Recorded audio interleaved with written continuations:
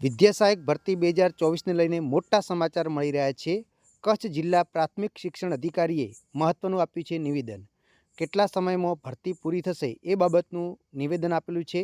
કચ્છ જિલ્લા પ્રાથમિક શિક્ષણ અધિકારીએ એક ન્યૂઝ ચેનલને આપેલા નિવેદન જોઈએ કે જે નવી ભરતી પછી એ લોકો છૂટા થશે તો 4000 સમથિંગની જે ઘટ છે એ આપણે એ રીતના સમગ્ર કચ્છ જિલ્લાને અત્યારે હાલ શિક્ષક ભાઈ બહેનોની એટલી ઘટ છે। એટલે ઓલરેડી આખો તખતો તૈયાર જ છે, મેરિટ પણ ફાઇનલ થઈ ગયું છે, પરંતુ આપણે આજ અને કાલ એક વિશેષ એક તબક્કાનો એમને ઓનલાઈન બીજો તબક્કાનો લાભ આપી રહ્યા છીએ વડી કચેરીના સૂચના મુજબ।